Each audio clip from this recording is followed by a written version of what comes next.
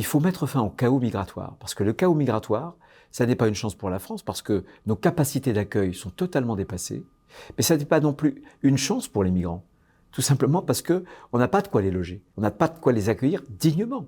Et enfin, on sait parfaitement qu'il y a désormais un lien entre ce chaos migratoire et l'insécurité. Et cet ensauvagement, on sait qu'une partie de l'immigration y participe, les Français le savent, ils attendent des politiques qu'on reprenne la main, on reprenne la maîtrise de nos frontières et aussi des instruments juridiques qu'on a abandonnés dans le temps pour maîtriser ces frontières.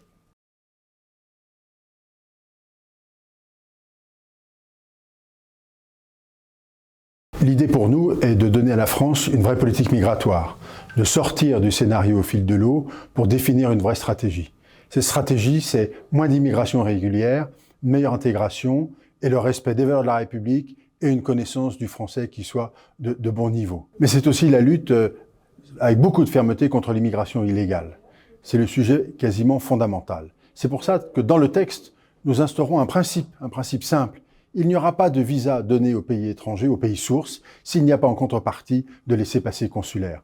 Il faut effectivement établir aussi un rapport de force avec ces pays, parce que sinon nous ne serons pas respectés. L'enjeu, c'est celui-ci.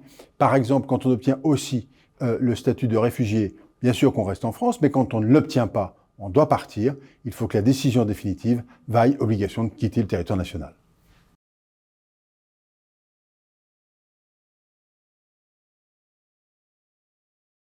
Si on ne maîtrise pas les flux, on ne maîtrise pas l'accueil, on ne maîtrise pas l'intégration et on ne maîtrise tout simplement pas le respect de la loi française. Pour permettre une meilleure maîtrise de l'immigration, il faut d'abord commencer à faire ce que font un certain nombre de pays dans le monde, c'est-à-dire fixer un nombre d'étrangers que nous sommes prêts à accueillir en France. Ça se fait dans le cadre d'un débat au Parlement qui fixe tout simplement des quotas d'arrivée en France d'étrangers.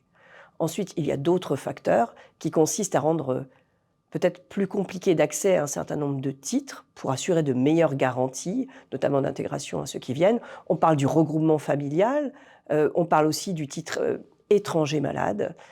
Nous avons aussi décidé de rendre moins attractif un dispositif qui est l'aide médicale d'État. L'aide médicale d'État, c'est la sécurité sociale des clandestins, de ceux qui ne bénéficient pas de titre de séjour pour rester en France.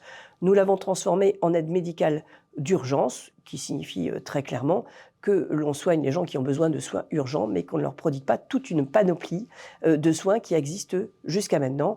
L'aide médicale d'État, aujourd'hui, c'est plus de 400 000 bénéficiaires et plus d'1,2 milliard aux frais du budget de l'État, et nous estimons que nous devons la réduire.